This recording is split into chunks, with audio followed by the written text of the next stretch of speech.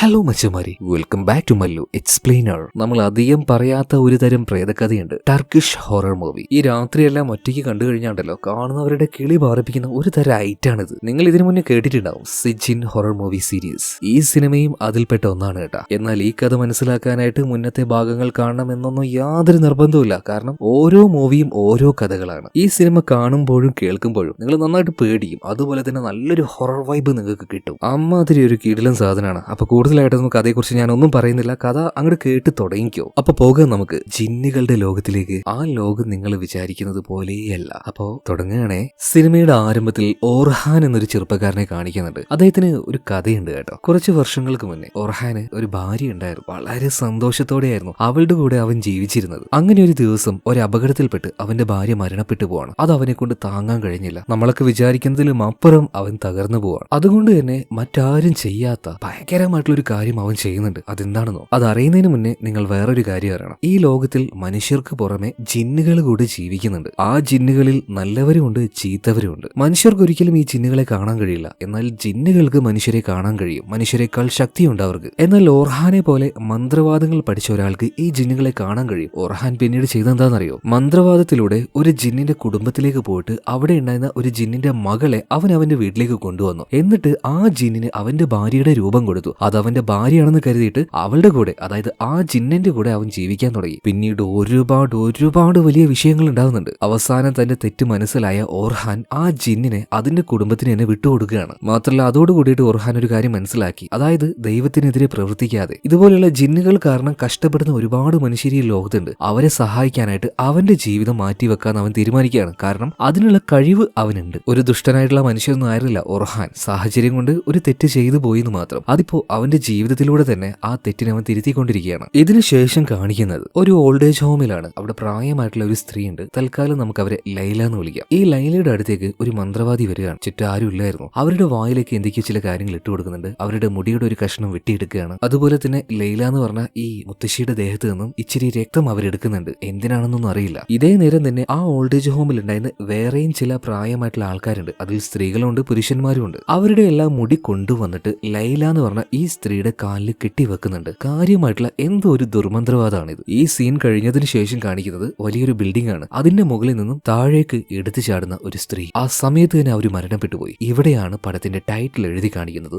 സിജിൻ 8. ഇതിനുശേഷം നമ്മുടെ ഓർഹാനെ കാണിക്കുകയാണ്. ഉറങ്ങിക്കൊണ്ടിരിക്കുന്ന ഓർഹാൻ പെട്ടെന്ന് എന്തോ ഒന്ന് കണ്ട് ചാടി എഴുന്നേൽക്കുന്നുണ്ട്. അതായത് ഈ ഭൂമിയിൽ അല്ലെങ്കിൽ ഈ നാട്ടിൽ ആരെങ്കിലും ജിന്നുകൾ കാരണം ശല്യം അനുഭവിക്കുന്നുണ്ടെങ്കിൽ അത് അവന് മനസ്സിലാക്കാൻ കഴിയും. മാത്രമല്ല അവന് പിന്നീട് അത് വല്ലാത്തൊരു അസ്വസ്ഥതയായിരിക്കും. ഇതെന്താണെന്ന് അറിയാൻ വേണ്ടിയിട്ട് ഓർഹാൻ ഇപ്പോ അവന്റെ നിഴലിന്റെ അടുത്തേക്ക് തന്നെ പതിയെ വരികയാണ്. എന്നിട്ടൊന്ന് കണ്ണടയ്ക്കുന്നുണ്ട്. പിന്നീട് കണ്ണ് തുറന്നു നോക്കുമ്പോൾ നമ്മൾ നേരത്തെ കണ്ട ആ ഒരു ഓൾഡ് ഏജ് ഹോം ഉണ്ടല്ലോ, അവിടെയാണ്. അതിലൂടെ അവനിപ്പോ നടക്കാൻ തുടങ്ങുകയാണ്. ആദ്യത്തെ മുറിയിലേക്ക് അവൻ നോക്കിയപ്പോൾ കുറച്ച് പ്രായമായിട്ടുള്ള ഒരു സ്ത്രീ കയ്യിലൊരു ക്ലോക്കും പിടിച്ചുകൊണ്ട് നിൽക്കുകയാണ്. ഇതിനുശേഷം അടുത്ത റൂമിലേക്ക് പോയപ്പോൾ ഒരു പാവയെ മനുഷ്യനെ പോലെ കുളിപ്പിക്കുന്ന മറ്റൊരു മുത്തശ്ശി. ഇതിനുശേഷം മറ്റൊരു മുറിയിലേക്ക് ചെന്ന സമയത്ത് ടി വി കണ്ടുകൊണ്ടിരിക്കുന്ന വേറെ ഒരു മുത്തശ്ശി. അവർ ടി വിയിൽ കാണുന്നത് ഓർഹാന്റെ മുഖമാണ്. ഇതും കഴിഞ്ഞ് അപ്പുറത്തെ റൂമിലേക്ക് പോയപ്പോൾ വേറൊരു മുത്തശ്ശി 2 പാത്രങ്ങൾ വെച്ച് അതങ്ങോട്ട് അടിച്ച് ഒച്ചുണ്ടാക്കിക്കൊണ്ടിരിക്കുകയാണ്. പിന്നീട് അടുത്ത മുറിയിലേക്ക് പോയപ്പോൾ ഒരുപാട് വെട്ടിയിട്ട മുടികൾ, അതിന്റെ ഇടയിൽ എന്തോ തപ്പിക്കൊണ്ടിരിക്കുന്ന ഒരു സ്ത്രീ. പെട്ടെന്ന് അവർക്ക് അതിന്റെ ഉള്ളിൽ നിന്നും ഒരു പാവയെ കിട്ടുകയാണ്. അത് കണ്ടപാട് തന്നെ ചിരിച്ചുകൊണ്ട് അവരിപ്പോ ഓർഹാനെ നോക്കുന്നുണ്ട്. ഈ സ്ത്രീയാണ് നമ്മൾ നേരത്തെ കണ്ട ലൈല എന്ന് പറഞ്ഞ ആ മുത്തശ്ശി. ഇതും കഴിഞ്ഞ് അപ്പുറത്തെ മുറിയിലേക്ക് പോയപ്പോൾ ഒരു തൊട്ടിൽ ഇങ്ങനെ ആട്ടിക്കൊണ്ടിരിക്കുന്ന ഒരു മുത്തശ്ശി. അതിൽ കുഞ്ഞുണ്ടോ ഇല്ലയോ എന്നൊന്നും അറിയില്ല. എന്തായാലും അതിലേക്ക് നോക്കിയിട്ട് അവർ പറയുന്നുണ്ട്, നിന്നെ പേടിക്കണ്ട, നിന്റെ അടുത്തേക്ക് എന്തായാലും നിന്റെ ഉപ്പ വരും കേട്ടോ. ഇതേ നേരം അതിനുള്ളിൽ നിന്നും ഒരു കൈ വരികയാണ്. വീണ്ടും മുന്നോട്ടേക്ക് പോയ ഓർഹാൻ ഇപ്പൊ എത്തിയത് ഒരു ഇരുട്ട് മുറിയിലേക്കാണ്. അവിടെ കുറെ അധികം ചെയറുകൾ ഉണ്ടായിരുന്നു. അതിൽ ആരും ഇരിക്കുന്നുണ്ട്. അവരുടെ ദേഹം മുഴുവനും തുണി വെച്ച് മൂടിയിരിക്കുകയാണ്. ഓരോ തുണിയായിട്ട് ഓർഹാൻ മാറ്റി നോക്കുന്നുണ്ട്. നോക്കുമ്പോ എന്താണ്, മനുഷ്യരുടെ ശരീരമല്ല, ദ്രവിച്ചുപോയ ജിന്നുകളുടെ ശരീരമാണ് അവൻ അവിടെ കാണുന്നത്. പെട്ടെന്ന് തന്നെ ഓർഹാൻ ഈ ഒരു ലോകത്തിൽ നിന്നും പുറത്തേക്ക് കടക്കുന്നുണ്ട്. അതായത് ഈ നാട്ടിൽ ആരാണ് കഷ്ടപ്പാട് അനുഭവിക്കുന്നത് എന്നറിയാൻ വേണ്ടിയിട്ട് അവൻ തന്നെ ആ മായാലോകത്തിലേക്ക് പോയതാണ്. പക്ഷെ അങ്ങോട്ടേക്ക് പോയപ്പോഴും എന്താണെന്ന് വ്യക്തമായിട്ട് ആ പ്രശ്നം എനിക്ക് മനസ്സിലാക്കാൻ കഴിയുന്നില്ല. എന്നാൽ ഒരു കാര്യം ഓർഹാൻ ഉറപ്പാണ്, ഏതൊരു കുടുംബം ജിന്നുകളുടെ ശല്യം വല്ലാതെ അനുഭവിക്കുന്നുണ്ട്. ഇതിനുശേഷം വേറൊരു കുടുംബത്തെ കാണിക്കുകയാണ് കേട്ടോ. അവിടെ ഉണ്ടായിരുന്ന ആ ലേഡിയുടെ പേര് റഹ്മ എന്നാണ്. അതുപോലെ തന്നെ റഹ്മയ്ക്ക് ഒരു മോളുണ്ട് കേട്ടോ. ചെറിയ മോളാണ്. അവളുടെ പേര് എലാം എന്നാണ്. എലാം ഭക്ഷണം കഴിച്ചുകൊണ്ടിരിക്കുമ്പോൾ ഇപ്പൊ റഹ്മയോട് ചോദിക്കുന്നുണ്ട്, അല്ല ഉമ്മ, എന്തിനാണ് ഉമ്മ ഉമ്മാമയെ ഓൾഡ് ഏജ് ഹോമിൽ കൊണ്ടാക്കിയത് അതിന്റെ ആവശ്യം ഉണ്ടായിരുന്നു. അവരവിടെ ഒറ്റയ്ക്കായിരിക്കില്ലേ? ഇപ്പൊ റഹ്മ പറയണ മോളെ അതൊന്നും നീ ഇപ്പൊ നോക്കണ്ട, അതിന്റെ ഒരു ആവശ്യം വന്നു, അതുകൊണ്ട് മാത്രം ഉമ്മാമയെ അവിടെ ആക്കിയതാണ്. മോള് പേടിക്കണ്ട, നമ്മളെല്ലാവരും അടുത്ത ആഴ്ച അങ്ങോട്ടേക്ക് കാണാൻ പോവല്ലോ. ഇപ്പൊ എല്ലാം പറയണ ഉമ്മ എനിക്ക് എന്തൊക്കെയോ ഒരു ബുദ്ധിമുട്ട് തോന്നുന്നു. ആദ്യം എന്റെ ഇത്താത്ത പോയി, പിന്നെ ഇപ്പോ ഉമ്മാമയും പോയി. ഇതെന്ത് ഇവിടെ നടക്കുന്നത്? എന്തിനാണ് ഇത്താത്ത നമ്മുടെ വീട് വിട്ടുപോയത്? ഇപ്പൊ റഹ്മ പറയാണ് നിന്റെ ഇത്താത്തക്ക് പ്രായമായില്ലേ, അവൾക്ക് ജോലി ചെയ്യണ്ടേ? അപ്പൊ ജോലിയുടെ ആവശ്യത്തിനായി പോയതാണ്. മോള് വളർന്നു വലുതാകുമ്പോ മോക്കും ഈ കാര്യമൊക്കെ മനസ്സിലാവും കേട്ടോ. ഈ നേരത്താണ് എല്ലാം കഴിച്ചുകൊണ്ടിരിക്കുന്ന അവളുടെ ഭക്ഷണത്തിൽ ഒരു മുടി കാണുന്നത്. ഇപ്പൊ ഉമ്മയോട് ആ കാര്യം പറഞ്ഞപ്പോ റഹ്മ വന്നിട്ട് ആ ഒരു മുടി എടുക്കാണ്. എന്നാൽ ആ മുടി നോക്കുമ്പോൾ നല്ല നിരച്ച മുടിയായിരുന്നു, വെള്ള നിറത്തിലുള്ള മുടി. അതായത് എലാമിന്റെ മുത്തശ്ശിക്ക് മാത്രമാണ് ഇതുപോലെ നിരച്ച മുടി ഇവിടെ ഉള്ളത്. അതുപോലെ എലാമിന്റെ മുത്തശ്ശി മറ്റാരുമല്ല, നമ്മൾ നേരത്തെ കണ്ട ഓൾഡ് ഏജ് ഹോമിലുള്ള ആ ലൈല എന്ന് പറഞ്ഞ മുത്തശ്ശി തന്നെയാണ്. ഇപ്പോ ഈ ഓൾഡ് ഏജ് ഹോമിലേക്ക് ലൈലയെ കാണാനായിട്ട് അവരുടെ മകൻ ഷാഹിദ് വരികയാണ്, അതായത് റഹ്മയുടെ ഹസ്ബൻഡ്. നേരെ അവരുടെ മുറിയിലേക്ക് പോകുന്നുണ്ട്. അവരോട് സംസാരിക്കുകയാണ്. ഉമ്മ എന്നോട് ദേഷ്യമാണോ, എന്നൊന്ന് നോക്ക്, എന്നോടൊന്ന് സംസാരിക്കുക എന്നൊക്കെ ഷാഹിദ് പറയുമ്പോഴും അവനിപ്പോ അവന്റെ ഉമ്മയായിട്ടുള്ള ലൈല നോക്കുന്നില്ല. അതായത് ലൈലയെ ഈ ഓൾഡ് ഏജ് ഹോമിലാക്കാൻ ഒരു കാരണമുണ്ട്. കുറച്ച് ദിവസങ്ങൾക്ക് മുന്നേ നമ്മുടെ എല്ലാം കളിച്ചുകൊണ്ടിരിക്കുമ്പോൾ ഈ മുത്തശ്ശിയുടെ, അതായത് ലൈലയുടെ മുന്നിലുണ്ടായിരുന്ന ഒരു ഇരുമ്പ് പെട്ടിയിൽ അവൾ അങ്ങനെ കുടുങ്ങിപ്പോയി. അതിന്റെ ഉള്ളിൽ കിടന്ന് എല്ലാം കുറെ കരഞ്ഞെങ്കിലും ലൈല അത് തുറന്നു കൊടുത്തില്ല. പിന്നീട് റഹ്മ വന്ന് നോക്കുമ്പോൾ ആ പെട്ടിയിൽ കുടുങ്ങിക്കിടക്കുന്ന മോളെയാണ് കാണുന്നത്. അതുപോലെ തന്നെ ഷാഹിദും വന്നു. അപ്പൊ ഇവര് വിചാരിച്ചു എല്ലാമിനെ ആ ഒരു പെട്ടിയിൽ വെച്ച് അടച്ചത് മുത്തശ്ശിയായിട്ടുള്ള ലൈലയായിരിക്കുമെന്ന്. എന്തായാലും ഈ ഒരു സംഭവത്തോട് കൂടിയിട്ട് റഹ്മ നന്നായിട്ട് പേടിച്ചുപോയി. മകളുടെ സേഫ്റ്റിക്ക് വേണ്ടിയിട്ട് തൽക്കാലം ഉമ്മ എവിടെ നിന്ന് മാറ്റി നിർത്തണമെന്ന് ഷാഹിദിനോട് പറഞ്ഞത് റഹ്മ തന്നെയാണ്. പക്ഷെ സത്യത്തിൽ ലൈലയല്ല ആ ഒരു പെട്ടി അടച്ചത്. ആ കാര്യം ഇവർക്ക് അറിയില്ലായിരുന്നു. അതുപോലെ തന്നെ ഷാഹിദിനാണെങ്കിൽ ഉമ്മയോട് ഭയങ്കര ഇഷ്ടമാണ്. അവനിങ്ങനെ ഓരോ കാര്യങ്ങൾ ഉമ്മയോട് സംസാരിക്കുകയാണ്. ഉമ്മ ഞാൻ ജോലി സ്ഥലത്തേക്കൊക്കെ പോയാണ്ടല്ലോ, എപ്പോഴും നിങ്ങളുടെ ഓർമ്മയാണ്, ഞാൻ ഒരു വീഡിയോ കാണിച്ചു തരട്ടെ. ഇതും പറഞ്ഞ് ഷാഹിദ് ഫോണിലുണ്ടായിരുന്ന ഒരു വീഡിയോ കാണിച്ചു കൊടുക്കുകയാണ്. അതായത് നമ്മുടെ ചെറിയ പെണ്ണുണ്ടല്ലോ എലാം, അവള് കളിക്കുന്ന വീഡിയോ ആയിരുന്നു. ഇത് കണ്ട സമയത്ത് ചിരിച്ചുകൊണ്ട് തന്നെ ലൈല അത് നോക്കി അങ്ങനെ കുറച്ചു നേരം സന്തോഷത്തിൽ നിൽക്കുകയാണ്. എന്നാൽ പെട്ടെന്ന് അവരുടെ സ്വഭാവം മാറി ആ ഫോണിനിട്ട് ഒരൊറ്റ തട്ടും കൊടുത്ത് എഴുന്നേറ്റ് പോടാന്ന് പറയാണ്. ഞെട്ടിപ്പോയ ഷാഹിദ് വേഗം തന്നെ അവിടുന്ന് പോകുന്നുണ്ട്. ഇതിനുശേഷം കാണിക്കുന്നത് ഷാഹിദിന്റെ മൂത്ത മകളെയായിട്ടുള്ള നൂർജയാണ്. അവളിപ്പോ വീട്ടിലില്ലല്ലോ, ജോലി ആവശ്യത്തിനായിട്ട് പുറത്തു പോയിരിക്കുകയാണ്. അതുപോലെ തന്നെ അവൾക്കൊരു ബോയ് ഫ്രണ്ട് ഉണ്ട്. അവന്റെ കൂടെയാണ് ഇപ്പോ നൂർജ താമസിക്കുന്നത്. അവന്റെ പേര് അസീം എന്നാണ്. അസീം നൂർജയോട് ഓരോ കാര്യങ്ങളൊക്കെ ചോദിക്കുകയാണ്. നൂർജ ഇന്നത്തെ ഇന്റർവ്യൂവിന് പോയിട്ട് എന്തായി, ജോലി കിട്ടിയെന്ന് ചോദിക്കുകയാണ്. ഇപ്പൊ നൂർജ പറയണ പോയിന് കിട്ടുന്നൊന്നും തോന്നുന്നില്ല. അതായത് നല്ലൊരു ജോലി തേടി കണ്ടുപിടിക്കാനാണ് നൂർജ സിറ്റിയിലേക്ക് വന്നത്. അങ്ങനെയാണ് അസീമിനെ പരിചയപ്പെടുന്നത്. കുറെ നാളായിട്ടൊന്നും ഒരു ജോബ് സെറ്റ് ആവുന്നില്ല. ഇപ്പൊ അസീം പറയണ നൂർജ ഞാൻ പറയുന്നത് ഇപ്പോഴെങ്കിലും ഒന്ന് കേൾക്ക്, എന്റെ ഉപ്പയുടെ ആ ഒരു കമ്പനിയിലേക്ക് നീ വാ, അവിടെ എന്തായാലും ഒരു ജോലി ഉപ്പ സെറ്റാക്കി തരാതിരിക്കില്ല. ഇപ്പൊ നൂർജ പറയണ അസീമെ ഞാൻ പലതവണ പറഞ്ഞതാ, എന്റെ കഴിവ് കൊണ്ട് എനിക്ക് ജോലി കിട്ടിയാൽ എനിക്കത് മതി, മറ്റൊരാളുടെ റെക്കമെൻഡേഷനിൽ എനിക്ക് ജോലി വേണ്ട. ഇതേ നേരം തന്നെ അസീം മറ്റെന്തോ കാര്യങ്ങനെ പറയാൻ ഇങ്ങനെ വരുന്നുണ്ട്, പക്ഷെ നിർത്തുകയാണ്. ഇപ്പൊ നൂർജ ചോദിക്കാണ് എല്ലാ അസീമെ എന്താ നീ പറയാൻ വന്നേ, അത് പറയ്. അത് പിന്നെ നൂർജ ഇന്ന് രാവിലെ നിന്റെ ഉപ്പ എന്നെ കണ്ടായിരുന്നു. അയാൾ പെട്ടെന്ന് എന്റെ അടുത്ത് എന്തോ ചൂടായിട്ട് ചോദിക്കുകയാണ്, എനിക്ക് നിന്നോട് മാത്രമാണോ റിലേഷൻ, അല്ലെങ്കിൽ നിന്നെ പോലെ തന്നെ വേറെ ഒരുപാട് പെൺപിള്ളേരായിട്ട് റിലേഷൻ ഉണ്ടോ എന്ന്. ഞാൻ പെട്ടെന്നൊന്ന് പേടിച്ചുപോയി. ഇത് കേട്ട സമയത്ത് നൂർജയ്ക്ക് ഭയങ്കരമായിട്ട് ദേഷ്യം വരാണ്. എന്റെ ഉപ്പ നിന്നോട് അങ്ങനെ ചോദിച്ചോ? അങ്ങനെയാണെങ്കിൽ ഉപ്പാനോട് ഞാൻ തന്നെ ചോദിക്കാന്ന് പറയണത്. എന്നാൽ അസീം പറയണത് അതൊന്നും ചെയ്യേണ്ട ആവശ്യമില്ല, കാരണം പ്രായപൂർത്തിയായ മക്കളുള്ള ഏതൊരു ഉപ്പാക്കും ഇതുപോലെ തന്നെ ആയിരിക്കും. അവർക്ക് പേടിയുണ്ടാവും, അവരുടെ മക്കൾ നല്ല രീതിയിലാണ് പോകുന്നത്, അവരിഷ്ടപ്പെടുന്ന ആൾക്കാർ അവർ വിവാഹം കഴിക്കുക എന്നൊക്കെ ഒരു പേടി അവരുടെ ഉള്ളിലുണ്ടാവും. ചിലപ്പോൾ ആ ഒരു പേടി കാരണമായിരിക്കും നിന്റെ ഉപ്പ എന്നോട് അങ്ങനെ ചോദിച്ചത്. എന്തായാലും ഇത് അങ്ങോട്ടേക്ക് പോയി ചോദിക്കൊന്നും വേണ്ട കേട്ടാ. ഇതിനുശേഷം ഷാഹിദിനെ കാണിക്കുകയാണ്. രാത്രിയായിട്ട് കിടക്കാൻ പോയിട്ടും ഉറക്കം വരുന്നില്ല. അപ്പൊ അയാളുടെ ആ ഒരു ബുദ്ധിമുട്ടെല്ലാം കണ്ട് റഹ്മ ചോദിക്കുന്നുണ്ട്, അല്ല നിങ്ങൾക്ക് എന്താ പറ്റിയത്, എന്തെങ്കിലും രാത്രി കളിക്കുന്നത്? ഇപ്പൊ ഷാഹിദ് പറയണത് അത് പിന്നെ റഹ്മ എനിക്ക് എന്തോ വല്ലാത്തൊരു ബുദ്ധിമുട്ട് പോലെ, ഉമ്മയെ ഓൾഡ് ഏജ് ഹോമിലാക്കിയിട്ട് എന്തോ മനസ്സിനൊരു സുഖം കിട്ടുന്നില്ല, ഉമ്മ ഇല്ലാത്തതുകൊണ്ട് ഇവിടെ ഒരു രസവും ഇല്ല. ഇപ്പൊ റഹ്മ പറയാണ് കാര്യങ്ങളൊക്കെ ഒന്ന് അക്സെപ്റ്റ് ചെയ്യാനായിട്ട് നമുക്ക് കുറച്ച് ദിവസം വേണം, എന്തായാലും കുറച്ച് ദിവസം കഴിയട്ടെ, അപ്പൊ എല്ലാം ഓക്കെ ആണെന്ന് പറഞ്ഞിട്ട് ഷാഹിദിനെ ഇപ്പോ പറഞ്ഞ് സമാധാനിപ്പിച്ച് റഹ്മ കിടത്തി ഉറക്കുകയാണ്. എന്നാൽ ഇതേ നേരം തന്നെ ആ ഓൾഡ് ഏജ് ഹോമിൽ വെച്ച് ഷാഹിദിന്റെ ഉമ്മ, അതായത് ലൈലയെ ഒരു മന്ത്രവാദി, അതായത് നമ്മൾ സിനിമയുടെ ആരംഭത്തിൽ കണ്ട ആ ഒരു മന്ത്രവാദിയും വേറൊരു സ്ത്രീയും കൂടെ ഒരു മുറിയിലേക്ക് കൊണ്ടുപോയിട്ട് വീണ്ടും ചില ചടങ്ങുകൾ ചെയ്യാണ്. അതായത് വേറെ കുറച്ച് മുത്തശ്ശിമാരുണ്ടല്ലോ അവിടെ തന്നെയുള്ള, അവരുടെ മുടിയെല്ലാം പറിച്ചെടുത്ത് ഇത് ഈ ലൈലയുടെ വിരലിൽ കെട്ടിവെക്കാണ്. പിന്നീട് കാര്യമായിട്ട് തന്നെ ചില മന്ത്രവാദങ്ങൾ ചൊല്ലുന്നുണ്ട്. അതേ നേരം ലൈല ചുറ്റും നോക്കിയ സമയത്ത് അവരുടെ ചുറ്റുമായിട്ട് ഒരുപാട് ജിന്നുകൾ നിൽക്കുന്നത് പോലെ ലൈലയ്ക്ക് കാണാൻ കഴിയും. ഇവിടെ ഈ ഒരു മന്ത്രവാദം ചെയ്യുന്ന ഇതേ നേരം തന്നെ നന്നായിട്ട് ഉറങ്ങിക്കൊണ്ടിരിക്കുന്ന ഷാഹിദ് ഒരു കാര്യം കണ്ട് പെട്ടെന്ന് ചാടി എഴുന്നേൽക്കുകയാണ്. അവൻ നോക്കുമ്പോൾ തൊട്ടപ്പുറത്തെ റൂമിലായിട്ട് നിൽക്കുന്ന അവന്റെ ഉമ്മയെ കാണുകയാണ്. അവനാകെ അത്ഭുതപ്പെട്ടു പോയി. അവനിങ്ങനെ ചോദിക്കണം, ഉമ്മ നിങ്ങൾ എങ്ങനെ ഈ നേരത്തെ ഇവിടെ എത്തിയത്? ഇതേ നേരത്തെ തന്നെ അവന്റെ തൊട്ടടുത്തുണ്ടായിരുന്ന അവന്റെ ഭാര്യ റഹ്മ ഒരു ജിന്നിന്റെ രൂപത്തിലായിട്ട് അവനെ കൊല്ലാൻ നോക്കുകയാണ്. എന്നാൽ ശരിക്കും ഇപ്പോഴാണ് ഷാഹിദ് ഉറക്കത്തിൽ നിന്നും ചാടി എഴുന്നേൽക്കുന്നത്. അവൻ കണ്ടത് ഒരു സ്വപ്നമായിരുന്നു. പിന്നീട് ഭയങ്കരമായിട്ട് അസ്വസ്ഥത തോന്നിയത് കൊണ്ട് തന്നെ റൂമിന്റെ പുറത്തേക്ക് ഇറങ്ങുകയാണ്. ആ നേരത്താണ് വലിയ ഉച്ചത്തിൽ വെച്ചിരിക്കുന്ന റേഡിയോ അവൻ കാണുന്നത്. അതിപ്പോ പോയിട്ട് ഷാഹിദ് ഓഫ് ആകുന്നുണ്ട്. ഇതേ നേരം തന്നെ അവന്റെ മകളായിട്ടുള്ള ഇലാം ആരോട് സംസാരിക്കുന്നത് പോലെ അവന് തോന്നുകയാണ്. അപ്പൊ നേരെ അങ്ങോട്ടേക്ക് ചെന്ന് നോക്കുമ്പോൾ ഒരു കസാരയിലിരിക്കുന്ന അവന്റെ ഉമ്മയായിട്ടുള്ള ലൈല, തറയിലായിട്ടിരിക്കുന്ന എലാം, രണ്ടുപേരെ കണ്ടാലും ജിന്നുകളെ പോലെ തോന്നുന്നുണ്ട്. അവരാണ് അങ്ങോട്ടും ഇങ്ങോട്ടും സംസാരിക്കുന്നത് കേട്ടോ. ഇപ്പോ ഈ ഷാഹിദിനെ കണ്ട വാർഡ് തന്നെ ആ കസാരയിലിരിക്കുന്ന അവന്റെ ഉമ്മ ലൈല ചോദിക്കാണ്, എന്തിനാടാ എന്റെ വീട്ടിൽ നിന്ന് നീ എന്നെ പുറത്താക്കിയത്? ഞാൻ ഈ ജീവിക്കുന്ന മുറിയില് 4 ചുമരുകൾ മാത്രം, അവിടെ ഞാൻ കുടുങ്ങിക്കെടുക്കാണ് ഒരു ജയിലിൽ കഴിയുന്നത് പോലെ. ഇതിന് മാത്രം ഞാൻ എന്ത് തെറ്റാടാ നിന്നോട് ചെയ്തേന്ന് പറഞ്ഞിട്ട് അവന് നോക്കി അലറുകയാണ്. പേടിച്ചു പോയ ഷാഹിദ് നിലത്തിരുന്നു പോകുന്നുണ്ട്. ഇതേ നേരം ആ ഓൾഡേജ് ഹോമിലെ വേറെ മുത്തശ്ശിമാരുണ്ടല്ലോ, അവരിപ്പോ അവന്റെ ചുറ്റും നിൽക്കുന്നത് പോലെ ഷാഹിദിന് തോന്നുകയാണ്. നിലത്ത് കിടന്ന് പെട്ടഞ്ഞ് കരയാൻ തുടങ്ങുകയാണ് അവനിപ്പോ. ഈ സമയത്താണ് പെട്ടെന്ന് അവനൊരാൾ വന്നിട്ട് വിളിക്കുന്നത്, ഷാഹിദ് എന്താ നിനക്ക് പറ്റിയെന്ന്. നോക്കുമ്പോ അവന്റെ ഭാര്യയായിട്ടുള്ള റഹ്മയായിരുന്നു. ഇപ്പൊ ഷാഹിദ് നോക്കിയപ്പോ അവിടെ ഒന്നും കാണാനില്ല. അതായത് ഇത്രയും നേരം അവൻ കണ്ടത് അവന്റെ വെറും ഇലൂഷൻസ് മാത്രമാണെന്ന് ഷാഹിദ് മനസ്സിലായി. ചിലപ്പോൾ അവന്റെ ഉള്ളിൽ ആ ഒരു കുറ്റബോധം ആയിരിക്കും ഇങ്ങനെയുള്ള ഇലൂഷൻസ് അവന് കാണാൻ കാരണമാകുന്നത്. ഇതിനുശേഷം കാണിക്കുന്നത് ഷാഹിദിന്റെ മകളായിട്ടുള്ള നൂർജ ഉണ്ടല്ലോ, അവളുടെ ആ ഒരു വീട്ടിലാണ്. കൂടെ തന്നെ അസീം ഉണ്ട് കേട്ടോ. ഇപ്പൊ എന്തോ ഒരു വർക്കൊക്കെ ചെയ്ത് സോഫയിൽ തന്നെ കിടന്നുറങ്ങുകയാണ് നൂർജ. അപ്പൊ അസീം പറയാണ്, നീ എന്താ ഇവിടെ ഇങ്ങനെ കിടക്കുന്നത്, ഒന്ന് റൂമിൽ പോയിട്ട് മര്യാദക്കൊന്ന് റെസ്റ്റ് എടുക്കുന്ന പറയാണ്. അപ്പൊ അതിന് മുന്നേ ഒന്ന് ഫ്രഷ് ആവാൻ വേണ്ടി നൂർജ നേരെ ബാത്റൂമിലേക്ക് പോയപ്പോൾ അവളുടെ മുതുകിന്റെ ഭാഗത്തായിട്ട് ഭയങ്കര വേദന.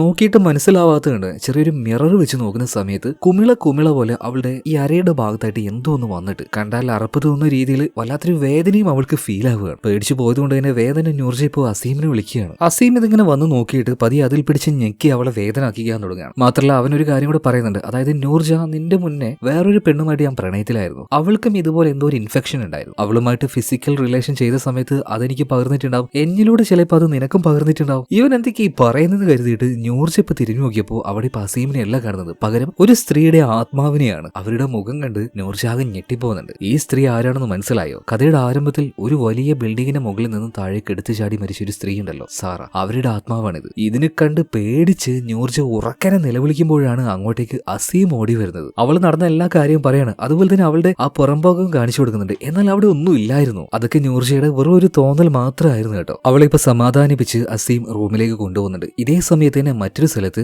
ഒർഹാനെ കാണിക്കുകയാണ്. അതായത് ഒർഹാന് മനസ്സിലായി ജിന്ന് കാരണം ഏതൊരു കുടുംബം ഭയങ്കരമായിട്ട് അനുഭവിച്ചുകൊണ്ടിരിക്കുകയാണ്. എന്നാൽ ഏതാണ് ആ കുടുംബം എന്ന് അവൻ ഇപ്പോഴും മനസ്സിലാക്കാൻ പറ്റില്ല. അതുകൊണ്ട് ഒന്നുകൂടെ അവന്റെ ആ ഒരു ശക്തി അവൻ ഉപയോഗിക്കുകയാണ്. അന്ന് പോയതുപോലെ തന്നെ ആ മായാ ലോകത്തിലേക്ക് അവനിപ്പോ പോകുന്നുണ്ട്. അന്ന് കണ്ടതുപോലെ വെള്ള തുണിയിൽ മൂടിയിട്ട ഒരുപാട് ശരീരങ്ങൾ അവിടെ കാണാനുണ്ട്. എന്നാൽ അന്നില്ലാത്തൊരു കാര്യം ഇന്ന് ഇവിടെ കാണുകയാണ്. നടുവിലൊരു ചെയർ, ഒരു കറുത്ത തുണി കൊണ്ട് ആരും അതിൽ മൂടി വെച്ചിരിക്കുകയാണ്. അവൻ ആ തുണി മാറ്റി നോക്കിയപ്പോൾ അത് മറ്റാരും ആയിരുന്നില്ല. അവൻ ഈ കാര്യങ്ങളെല്ലാം പഠിപ്പിച്ച അവന്റെ ഉസ്താദായിരുന്നു. ഉസ്താദിന് എന്തോ അപകടം ഉണ്ടെന്ന് മനസ്സിലാക്കിയിട്ട് ഒർഹാൻ ഉസ്താദിനെ കാണാനായിട്ട് പിറ്റേ ദിവസം തന്നെ ഓൾഡ് ഏജ് ഹോമിലേക്ക് പോവുകയാണ്. ഉസ്താദിന്റെ കാര്യങ്ങളെല്ലാം അന്വേഷിക്കുന്നുണ്ട്. അങ്ങനെ അവിടെ വെച്ച് യാദൃശ്ചികമായിട്ട് ഒർഹാൻ ഇപ്പോ ലൈല എന്ന് പറഞ്ഞാൽ നമ്മുടെ മുത്തശ്ശിയെ കാണുകയാണ്. അതായത് ഈ മുത്തശ്ശിയെ തന്നെയാണ് അവൻ സ്വപ്നത്തിൽ കാണാറ്. ഇതൊരു കോയിൻസിഡൻസ് ആയിട്ട് ഒർഹാന് തോന്നിയില്ല കേട്ടോ. കാരണം സ്വപ്നത്തിൽ കണ്ട ഈ ഒരു മുത്തശ്ശിയല്ല, ബാക്കിയുള്ള എല്ലാവരും അവരിവിടെ തന്നെയുള്ള ആൾക്കാരാണെന്ന് മനസ്സിലായി. എല്ലാവരും അവിടെ വെച്ച് നേരിട്ട് ഒർഹാൻ കാണുകയാണ്. ഇതേ നേരത്താണ് ഈ ലൈല എന്ന് പറഞ്ഞ മുത്തശ്ശിയുടെ അടുത്തേക്ക് അവിടെ ജോലി ചെയ്യുന്ന ഒരു ലേഡി വന്നിട്ട് പറയുന്നത്, മേഡം, നിങ്ങളുടെ മോനെ എന്തുകൊണ്ടാന്ന് അറിയില്ല, നാളെ തന്നെ നിങ്ങളെ വന്ന് കൂട്ടാന്ന് പറഞ്ഞിട്ടുണ്ട്. ഇത് കേട്ട് ഭയങ്കര സന്തോഷത്തിലാണ് ലൈല അവരുടെ കൂടെ പോകുന്നത് കേട്ടോ. ഈ കാര്യം ആര് ശ്രദ്ധിക്കുന്നുണ്ട്? ഒർഹാൻ ശ്രദ്ധിക്കുകയാണ്.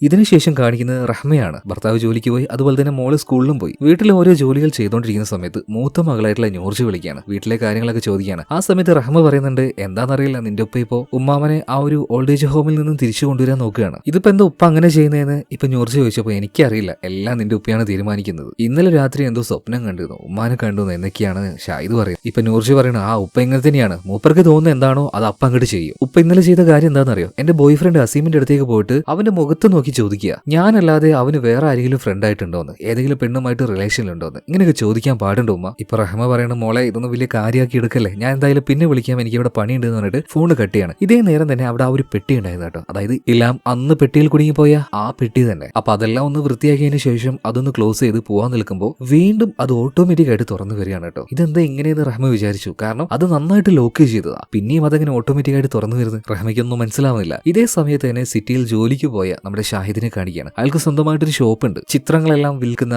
അങ്ങനെ ഒരു ആർട്ട് ഗാലറി പോലെയുള്ള ഒരു ഷോപ്പാണിത്. കസ്റ്റമേഴ്സ് എല്ലാം വന്നു പോകുന്നുണ്ട്, നല്ല കച്ചവടം നടക്കുന്നുണ്ട്. ഈ സമയത്ത് പെട്ടെന്ന് അവിടെ ആരും ഇല്ലാത്തൊരു സമയം വരികയാണ്. ആ നേരം ഷാഹിദിന്റെ ചെവിയുടെ ഉള്ളിൽ നിന്ന് വല്ലാത്തൊരു ശബ്ദം കേൾക്കുക. വല്ലാത്ത വേദനയായിട്ട് അവനവിടെ തളർന്നു വീഴുകയാണ്. പിന്നീട് എങ്ങനെയൊക്കെയോ എഴുന്നേറ്റ് അങ്ങനെ നടക്കുന്ന സമയത്ത് തൊട്ട് മുന്നിൽ ഒരു ചെയറിലായിട്ടിരിക്കുന്ന രണ്ടാളെ കാണുകയാണ്. അതിലൊന്ന് അവന്റെ മൂത്ത മകളായിട്ടുള്ള നൂർജയാണ്. നൂർജയുടെ കൂടെ സിനിമയുടെ ആരംഭത്തിൽ സ്വയം മരിച്ചു കളഞ്ഞ സാറയുണ്ടല്ലോ, സാറയും ഇരിക്കുന്നുണ്ട്. സാറ ഇപ്പോ ഈ നൂർജയെ ചേർത്ത് പിടിച്ചുകൊണ്ട് തന്നെ ഈ ഷാഹിദിനെ നോക്കിയിട്ട് പറയാണ്, എനിക്ക് വന്ന അസുഖം ഇവൾക്കും വരും, നോക്കിക്കോ, നിങ്ങളെല്ലാത്തിനും ഞാൻ നശിപ്പിക്കും. ഇതൊക്കെ നേരിട്ട് കാണുന്ന സമയത്ത് ഷാഹിദ് ശരിക്കും തളർന്നു പോകുന്നുണ്ട്. ഇത് സത്യമാണോ അല്ലെങ്കിൽ വെറും ഒരു തോന്നലാണോ എന്ന് പോലും മനസ്സിലാവുന്നില്ല. അതേ നിമിഷം തന്നെ മനുഷ്യരൂപം ഉണ്ടായിരുന്ന നൂർജിയും അതുപോലെ തന്നെ സാറയും അവരുടെ രൂപം ഇപ്പോൾ ഒരു ജിന്നിനെ പോലായി മാറുകയാണ്. ഈ കൊടൂരമായ സ്വപ്നം കണ്ട് ഷാഹിദ് ഇപ്പോൾ സ്വപ്നത്തിൽ നിന്ന് ചാടി എഴുന്നേൽക്കുകയാണ്. എപ്പോഴും കാണുന്നത് പോലെ ഇതും വെറും ഒരു സ്വപ്നം മാത്രമായിരുന്നു. ഇതേ നേരം തന്നെ ഷാഹിദിന്റെ വീട്ടില് റഹ്മയുണ്ടല്ലോ, ആ ഒരു പെട്ടി അതിലെന്തോ പ്രശ്നമുണ്ടെന്ന് മനസ്സിലായിട്ട് ആ പെട്ടി നേരെ വീടിന്റെ ബേസ്മെന്റിലേക്ക് കൊണ്ടുവരികയാണ്. കാരണം ഈ പെട്ടി ഉപയോഗിച്ച് എല്ലാം പലതവണ കളിക്കുന്നത് റഹ്മ കണ്ടു. സോ മകൾക്കൊന്നും വരാതിരിക്കാനാണ് ബേസ്മെന്റിലേക്ക് ഈ പെട്ടി കൊണ്ടുവന്ന് വെച്ചത്. അത് കൊണ്ടുവന്ന് വെച്ച് തിരിച്ചു പോകുന്ന നേരത്ത്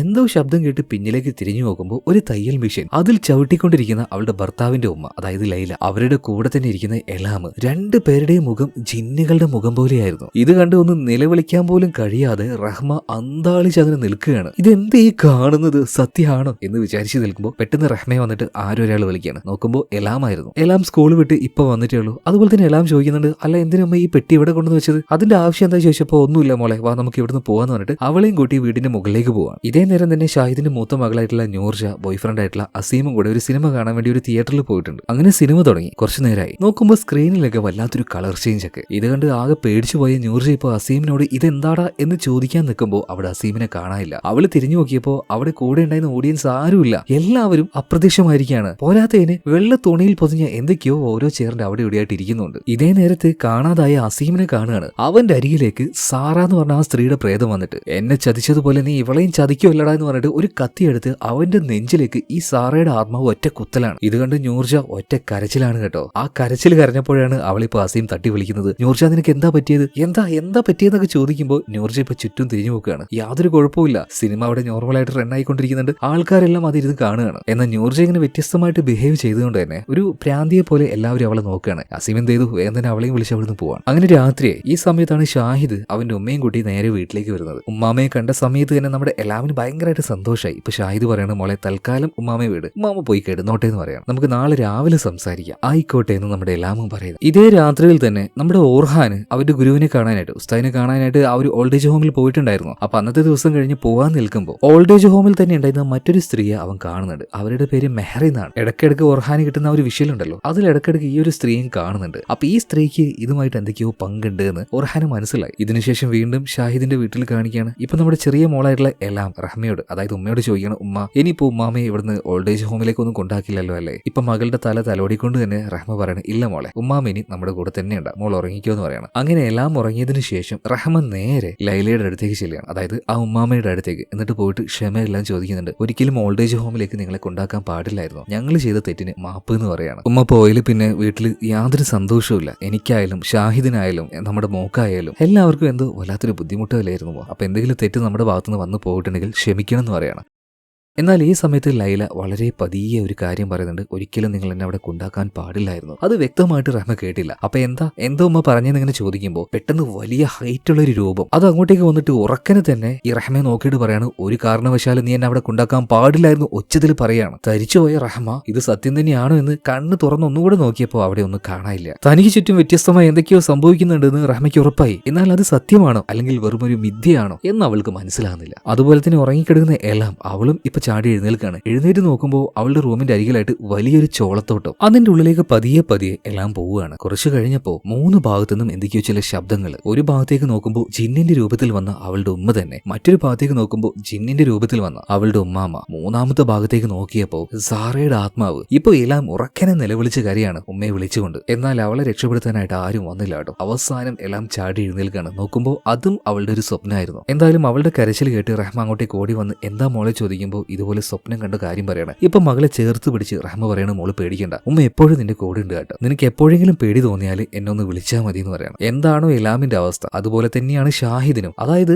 ദുസ്വപ്നങ്ങൾ കാണുക, പേടിപ്പിക്കുന്ന പല കാര്യങ്ങളും കൺമുന്നിലൂടെ വന്ന് പോവുക, സത്യമാണോ മിഥ്യയാണോ ഇതൊന്നും മനസ്സിലാവാതെ വല്ലാത്തൊരു കൺഫ്യൂഷനിലാണ് ഷാഹിദ്. ഇപ്പോ ഈ നേരത്താണ് ഗാർഡില് ഊഞ്ഞാൽ ആരോ ഇരിക്കുന്നതായിട്ട് ഷാഹിദ് കാണുന്നത്. നേരെ അങ്ങോട്ടേക്ക് ചെന്ന് നോക്കുമ്പോൾ അത് മറ്റാരുമല്ല മൂത്ത മകളായിട്ടുള്ള നൂർജയായിരുന്നു. എന്നാൽ അവളുടെ മുഖത്ത് എന്തോ ഒരു വ്യത്യസ്തത. അതുപോലെ തന്നെ ആ നിലത്ത് 3 പേര് വേറെ ഇരിക്കുന്നുണ്ട്. ഒന്ന് ഇലാം, പിന്നെ റഹ്മ, പിന്നെ അവന്റെ തന്നെ ഉമ്മ. ഒരു പ്രത്യേക രൂപമാണ് എല്ലാവരുടെയും മുഖത്ത്. ഇപ്പൊ ഇലാം അവളുടെ കയ്യിലുണ്ടായിരുന്ന കത്തി ഉപയോഗിച്ച് എല്ലാവരുടെ മുന്നിലും ഓരോ പാവയുണ്ടായിരുന്നു. അതിലിങ്ങനെ ഓരോന്നിലും അങ്ങനെ കുത്തി വന്ന് അവസാനം ഉമ്മാമയുടെ മുന്നിലും ഒരു പാവയുണ്ടായിരുന്നു, ഒരു ആമയുടെ ഷേപ്പിൽ. അതിന് കുത്തും എന്ന് വിചാരിച്ചു നിൽക്കുമ്പോൾ ആ കത്തി കൊണ്ട് ആ പാവയിൽ കുത്താതെ ഉമ്മാമയുടെ കാലിനിട്ട് അവള് കുത്തുകയാണ്. ഇതെല്ലാം അവിടെ ഉണ്ടായിരുന്ന ഷാഹിദ് നേരിട്ട് കാണുകയാണ് കേട്ടോ. പെട്ടെന്ന് കൺമുന്നിൽ നിന്നും എല്ലാം അപ്രത്യക്ഷമായി പോകുന്നുണ്ട്. ഇതെല്ലാം കണ്ട് കൈയും കാലും തളർന്ന് അവൻ അവിടെ വീണു പോവാണ്. ഇതേ നേരം തന്നെ ഓൾഡേജ് ഹോമിൽ ഉണ്ടായിരുന്ന ഉസ്താദ് ഉണ്ടല്ലോ, ഉസ്താദിന്റെ കൂടെ തന്നെയാണ് ഓർഹാൻ. അദ്ദേഹത്തിന് എന്തോ ഒരു അപകടം വരാനുണ്ട് എന്ന് മനസ്സിലാക്കിയിട്ട് അദ്ദേഹത്തിന്റെ കൂടെ തന്നെ ഇരിക്കുകയാണ് ഓർഹാൻ. ഇതിനുശേഷം ഷാഹിദിന്റെ മൂത്ത മകളായിട്ടുള്ള നൂർജയെ കാണിക്കുകയാണ്. ഉപ്പ പറഞ്ഞ ചില കാര്യങ്ങൾ അവൻ അങ്ങനെ ആലോചിച്ചിരിക്കുകയായിരുന്നു. അതായത് അവളുടെ പ്രണയം, അസീമിനോട്ടുള്ള ആ ഒരു പ്രണയം ഉപ്പയോട് പറഞ്ഞ സമയത്ത് ഷാഹിദ് പറഞ്ഞ കാര്യം എന്താ വെച്ചാല്, മോളെ നീ നന്നായിട്ട് സൂക്ഷിക്കണം, ഇപ്പൊ താങ്കുട്ടികളൊന്നും വിശ്വസിക്കാൻ പറ്റില്ല, ഇവന്മാരൊക്കെ ആത്മാർത്ഥമായിട്ട് പ്രണയിക്കുന്നു എന്ന് പറഞ്ഞിട്ട് നിങ്ങളെയൊക്കെ വശത്താകും, എന്നിട്ടുണ്ടല്ലോ വേറെയും ഒരുപാട് സ്ത്രീകളുമായിട്ട് ബന്ധം ഉണ്ടാവും, അതുകൊണ്ട് എന്റെ മോള് നന്നായിട്ട് സൂക്ഷിക്കണമെന്ന് ഷാഹിദ് ഇപ്പൊ നൂർജയോട് പറയണം. എന്നാൽ നൂർജ കൊടുത്ത മറുപടി എന്താ വെച്ചാൽ, ഉപ്പ ഞാൻ പ്രായപൂർത്തിയായ ഒരു പെണ്ണാണ്, ആരുടെ കൂടെ ജീവിക്കണം ജീവിക്കേണ്ട എന്ന് ഞാൻ തീരുമാനിക്കും, അതെന്റെ ചോയ്സ് അല്ലേ. അസീം ഉപ്പ വിചാരിക്കുന്ന പോലെ ഒരാളൊന്നുമല്ല, അവൻ നല്ല ചെറുക്കനാണ്, എന്നെ നന്നായിട്ട് നോക്കിക്കോളും. എന്തായാലും ഉപ്പ പറഞ്ഞ ആ ഒരു കാര്യങ്ങളൊക്കെ നൂർജ അങ്ങനെ ആലോചിക്കുകയാണ്. ഇപ്പൊ നൂർജയ്ക്കും ഒരു സംശയം പോലെ, ഇനി ഉപ്പ പറഞ്ഞതുപോലെ അസീം അവൻ എന്നെ ചതിക്കായിരിക്കോ. അവളിപ്പോ ലൈറ്റ് ഒന്ന് ഇടുകയാണ്. ലൈറ്റ് ഓണാക്കിയ സമയത്ത് പെട്ടെന്ന് അവളുടെ മുകളിൽ കയറിയിരിക്കുകയാണ് ഈ അസീം. മാത്രമല്ല അവൻ അവന്റെ വായിൽ നിന്നും പല്ലൊക്കെ പറിച്ചെടുത്ത് അതിപ്പോ ഈ നൂർജയുടെ വായിലേക്ക് ഇട്ട് കൊടുക്കുകയാണ്. ഇതെന്ത് മാങ്ങാത്തോലി എവിടെ സംഭവിക്കുന്നത് എന്ന് കരുതിയിട്ട് അവള് പേടിച്ച് അലറിയ സമയത്ത് തൊട്ടപ്പുറത്തുണ്ടായിരുന്ന അസീം ചാടി എഴുന്നേൽക്കാണ്. എന്താ എന്താ എന്താ പറ്റിയെന്ന് പറ്റി നൂർജയോട് ചോദിക്കുകയാണ്. അതായത് നൂർജ കണ്ട വെറും ഒരു സ്വപ്നമാണ് ഇതൊക്കെ. ഇപ്പൊ അസീം അവളെ സമാധാനിപ്പിക്കുകയാണ്. പേടിക്കണ്ട ഞാൻ കൂടെ ഉണ്ടെന്ന് പറഞ്ഞിട്ട് അവളെ ചേർത്ത് പിടിച്ച് തന്നെ കിടക്കുകയാണ്. അങ്ങനെ പിറ്റേ ദിവസം രാവിലെ, എന്നാൽ ഇപ്പോഴും നൂർജയ്ക്ക് എന്തൊക്കെയോ സംശയം, ഈ അസീം അവൻ എന്നെ ചതിക്കുകയാണോ. അസീം ജോലിക്ക് പോയ സമയം നോക്കി അവന്റെ പഴയ ഡയറിയൊക്കെ അവിടെ ഉണ്ടായിരുന്നു. അതെല്ലാം എടുത്ത് നൂർജ നോക്കുമ്പോൾ അവളാകെ ഞെട്ടിപ്പോവാണ്. കാരണം ഒരുപാട് പെൺകുട്ടികളുടെ ഫോട്ടോ അവനതിൽ വരച്ചു വെച്ചിട്ടുണ്ട്. അതിനർത്ഥം അസീം അവളെ ചതിക്കുകയാണെന്നല്ലേ. അവളുടെ ഉപ്പ പറഞ്ഞത് സത്യമാണെന്ന് നൂർജയ്ക്ക് ഇപ്പൊ മനസ്സിലായി. ദേഷ്യം സഹിക്കാൻ പറ്റാതെ അവൾ ആ ഒരു പുസ്തകം വലിച്ചെറിയാണ്. ഒരു പ്രാന്തിയെ പോലെ കിടന്ന് അലറാൻ തുടങ്ങിയപ്പോ ഇതിനുശേഷം ആ ഒരു ഓൾഡ് ഏജ് ഹോമിലാണ് കാണിക്കുന്നത്. അവിടെ തന്നെ മെഹർ എന്ന് പറഞ്ഞ ഒരു സ്ത്രീ ഉണ്ടല്ലോ, അവരെയാണ് കാണിക്കുന്നത്. അവരിപ്പോ ഒരു കത്ത് നോക്കി എന്തൊക്കെയോ ചില കാര്യങ്ങൾ വായിച്ച് കരഞ്ഞുകൊണ്ടിരിക്കുകയാണ്. ഈ സ്ത്രീ, അതായത് ഈ മെഹറിൻ മറ്റാരുമല്ല, തുടക്കത്തിൽ ബിൽഡിങ്ങിന്റെ മുകളിൽ നിന്ന് താഴേക്ക് ചാടി മരിച്ച സാറയുണ്ടല്ലോ, സാറയുടെ ഉമ്മയാണ് ഈ മെഹറിൻ. അതുപോലെ തന്നെ ഇവിടെ വെച്ചൊരു ഫ്ലാഷ് ബാക്ക് കാണിക്കുന്നുണ്ട്. ഈ മെഹറിനുണ്ടല്ലോ, അവർ കുറച്ചു ദിവസം മുന്നേ ആ മന്ത്രവാദിയെ കാണാൻ ചെന്നിട്ട് ആ ദുർമന്ത്രവാദം അല്ലെങ്കിൽ ആ ഒരു കൂടോത്രം ചെയ്യാൻ ഏൽപ്പിച്ചത് തന്നെ മെഹറിനാണ്. കാരണം മരിച്ചുപോയ ഈ മെഹറിന്റെ മകളായിട്ടുള്ള സാറയ്ക്ക് നീതി കിട്ടണം എന്ന് പറഞ്ഞിട്ട് ഇപ്പൊ ആ ഒരു മന്ത്രവാദിനിയും പറയാണ്, തീർച്ചയായിട്ടും നിങ്ങൾക്ക് വേണ്ടി അത് ഞാൻ ചെയ്യും, കാരണം അവളെ ഞാൻ എന്റെ മോളെ പോലെയാണ് കണ്ടത്, അവൾക്ക് നീതി കിട്ടണം, അവൾക്ക് വേണ്ടി ഞാൻ ഇത് എന്തായാലും ചെയ്യും. പക്ഷെ മെഹറിൻ, ഇവിടെ വേറൊരു പ്രശ്നമുണ്ട്, ഞാൻ ഈ ഒരു ദുർമന്ത്രവാദം ചെയ്തു കഴിഞ്ഞിട്ടുണ്ടെങ്കിൽ നീ വിചാരിക്കുന്ന ആൾക്കാർ മാത്രമല്ല നശിച്ചു പോവുക, അത് നിനക്ക് കൂടെ എഫക്ട് ആവുമെന്ന് പറയണം. എന്നാൽ മെഹറിൻ പറയണം, എന്നാലും കുഴപ്പമില്ല, എന്റെ മോൾക്ക് നീതി കിട്ടണം, കുറ്റം ചെയ്തവർ ശിക്ഷിക്കപ്പെടണം. അതായത് മന്ത്രവാദിയെ കൊണ്ട് ഈ കൂടോത്രങ്ങൾ മുഴുവൻ ചെയ്യിപ്പിച്ചത് മരിച്ചുപോയ സാറയുടെ ഉമ്മയായിട്ടുള്ള ഈ മെഹറിനാണ്. അവരിപ്പോ നിലവിലുള്ളത് ആ ഒരു ഓൾഡ് ഏജ് ഹോമിൽ തന്നെയാണ്. തന്റെ മകളുടെ ഫോട്ടോ അവരുടെ കയ്യിലുണ്ട് കേട്ടോ, അതായത് സാറയുടെ ഫോട്ടോ. അതങ്ങനെ കയ്യിൽ വെച്ച് അവർ കരഞ്ഞുകൊണ്ടിരിക്കുകയാണ് ഇപ്പോ.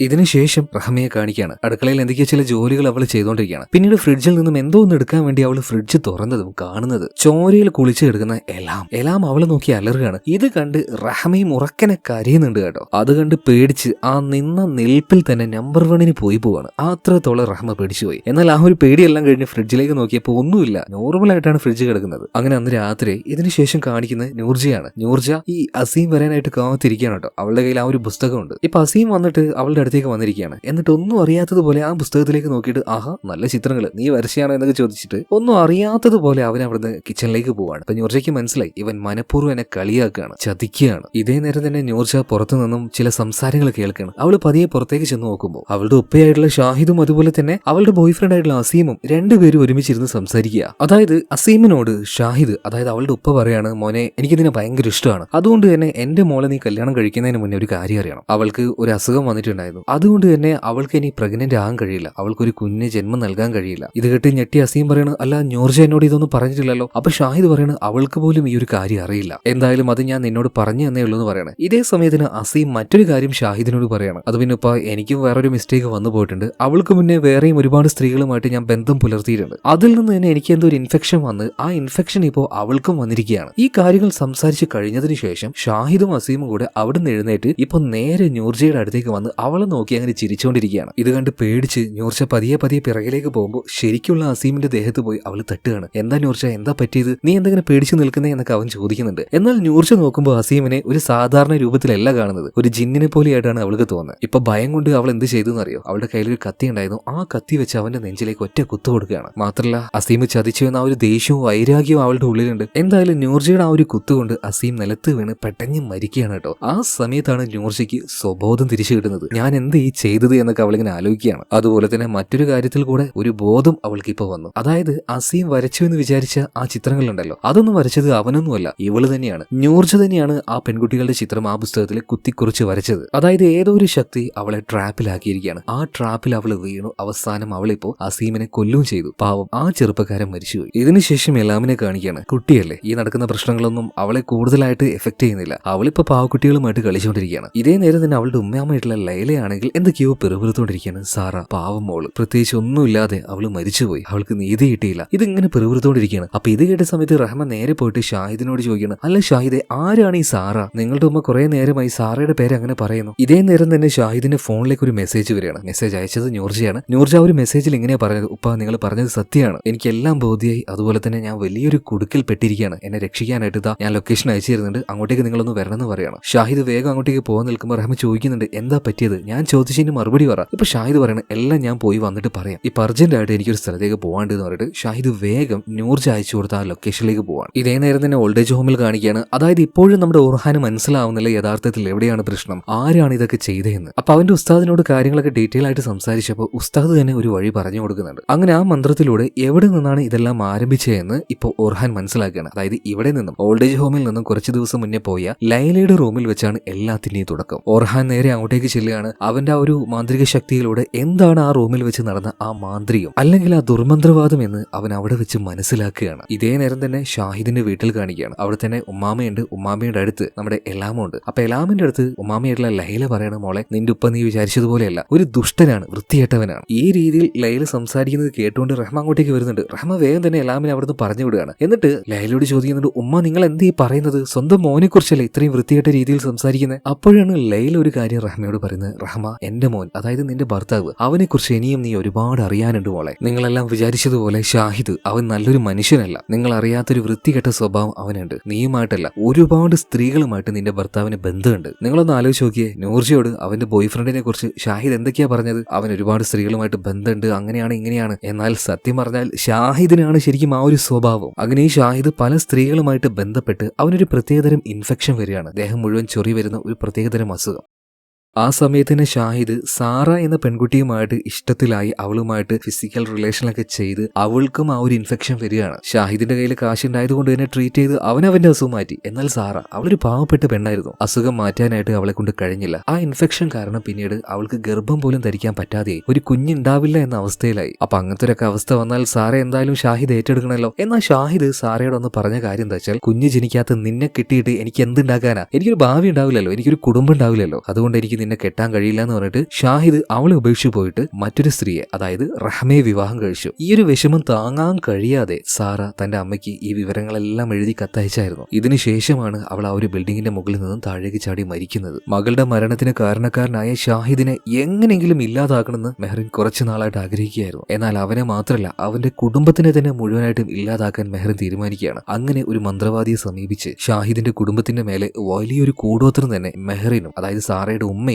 ആ മന്ത്രവാദിനിയും കൂടെ ചെയ്തിട്ടുണ്ടായിരുന്നു. അറബി ഭാഷയിൽ ഈ കൂടോത്രത്തിനെ അല്ലെങ്കിൽ ഈ ദുർമന്ത്രവാദത്തിനെ സിഹിർ എന്ന് പറയും. സിഹിർ ആരാണോ ചെയ്തത്, ഏത് കുടുംബത്തിനെതിരെയാണോ ചെയ്തത്, ആ കുടുംബത്തിനെ നശിപ്പിക്കാനായിട്ട് ദുഷ്ടരായിട്ടുള്ള ജിന്നുകൾ വരും. അവർ പല വിദ്യകളും കാണിച്ച് ആ കുടുംബത്തിനെ ട്രാപ്പിലാക്കി അവസാനം ആ കുടുംബത്തെ നശിപ്പിച്ചില്ലാതാക്കും. അതാണ് ഇപ്പൊ ഇവിടെ നടന്നുകൊണ്ടിരിക്കുന്നത്. ഈ കാര്യങ്ങളെല്ലാം റഹ്മയോട് നമ്മുടെ ലൈല പറഞ്ഞു കൊടുക്കുകയാണ്. അതുപോലെ തന്നെ മോളെ, നീയും ഞാനും നിന്റെ 2 മക്കളും ഷാഹിദും എല്ലാവരും ആ സിഹിറിൽ പെട്ടുപോയി, നമ്മൾക്കാർക്കും ഇനി രക്ഷയില്ല എന്ന് പറയാം. ഇത് കേട്ട് ആകെ പേടിച്ചു പോയ റഹ്മ വേഗം തന്നെ എലാമിന്റെ അടുത്തേക്ക് ഓടിച്ചെല്ലുകയാണ്. എന്നാൽ അവൾ ആ റൂമിൽ ഉണ്ടായിരുന്നില്ല. പിന്നീട് എന്തോ ഒരു സംശയം തോന്നി റഹ്മ നേരെ വീടിന്റെ ബേസ്മെന്റിലേക്ക് പോവാണ്. അവിടെയാണല്ലോ എലാം എപ്പോഴും കളിക്കുന്ന ആ ഒരു പെട്ടി ഉണ്ടായിരുന്നത്. അത് തുറന്നു കിടക്കുന്നുണ്ട്. എന്നാൽ അവിടെയൊന്നും എലാമിനെ കാണുന്നില്ല. കുറച്ചുകൂടി മുന്നോട്ടേക്ക് പോയപ്പോ സാറയുണ്ടല്ലോ, മരിക്കുന്നതിന് മുന്നേ ആയിട്ട് മെഹറിൻ, അതായത് അവളുടെ ഉമ്മയ്ക്ക് എഴുതിയ ആ ഒരു കത്ത്, അത് വായിച്ചുകൊണ്ടിരിക്കുന്ന എലാമിനെ ഇപ്പൊ റഹ്മ കാണുകയാണ്. ഒരു ഭയത്തില് മോളെ വിളിച്ച സമയത്ത് അവിടെ ഉണ്ടായിരുന്ന ഒരു കറുത്ത തുണി മാറ്റി അവൾക്ക് നേരെ ഒരു ജിന്ന് വരുന്നുണ്ട്. പെട്ടെന്ന് തന്നെ ജിന്ന് കയറിയ എലാം ഈ റഹ്മയുടെ ദേഹത്തേക്ക് ചാടി കയറുക. അവളെ ഉപദ്രവിക്കാൻ തുടങ്ങുകയാണ്. മാത്രമല്ല എലാമിന്റെ ഉള്ളിലുണ്ടായിരുന്ന ജിൻ ഇപ്പോ റഹ്മയുടെ ഉള്ളിലേക്ക് കയറി. ഇതിനുശേഷം റഹ്മ എന്താ ചെയ്യുന്നത് അറിയോ? സ്വന്തം മോളായിട്ടുള്ള എലാമിനെ ആ ഒരു പെട്ടിയുടെ ഉള്ളിൽ വെച്ച് പൂട്ടിയിട്ട് ലോക്ക് ചെയ്തിടുകയാണ്. ഇനി അവൾ എന്താണാവോ ചെയ്യാൻ പോകുന്നത്? ഇതേ നേരത്ത് തന്നെ മൂത്ത മകളായിട്ടുള്ള നൂർജ അയച്ചു കൊടുത്ത ആ ഒരു ലൊക്കേഷനിലേക്ക് പോയിക്കൊണ്ടിരിക്കുകയാണ് ഷാഹിദ്. അങ്ങനെ അവസാനം അവിടെ എത്തി നോക്കുമ്പോൾ അതേതാണ് സ്ഥലം? സ്താറ